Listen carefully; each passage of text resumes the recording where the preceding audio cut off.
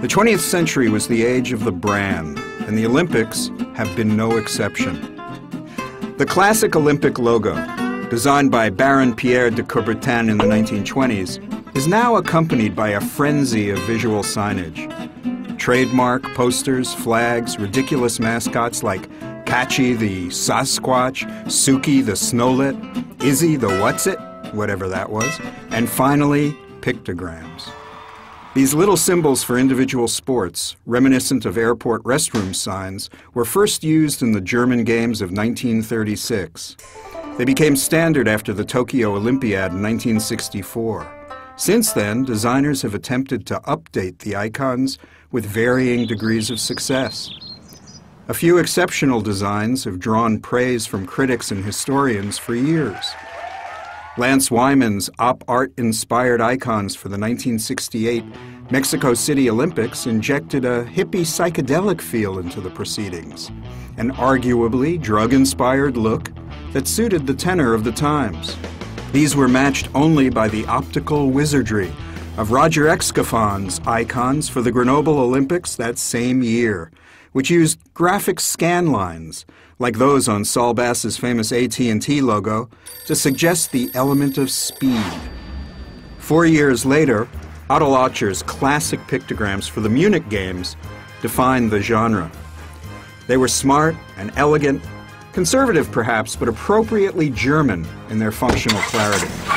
For the 1984 Olympics in Los Angeles, the firm Sussman Prasia made a spectacular graphic circus. The pictograms appeared on hot pink and orange, spangled with turquoise stars, red, white, and blue translated into the language of MTV. Apart from these, few pictographic schemes have distinguished themselves. The icons for Innsbruck, Lake Placid, Sarajevo, and Calgary were just tweaks of Ocher's famous Munich pictograms. In 1976, Montreal simply reused the old designs. But those striving for originality have generally failed.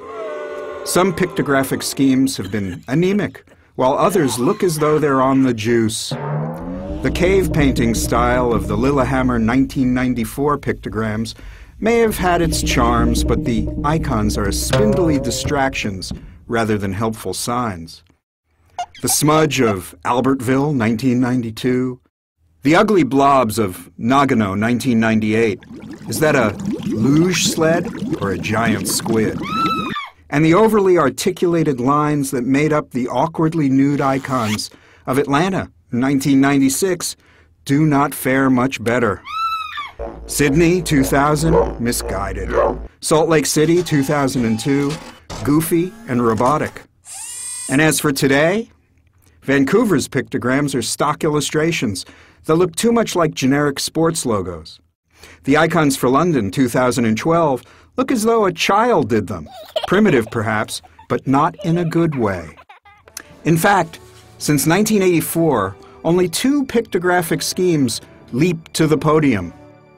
The icons for Beijing 2008 nicely towed the line between unconventional and understandable.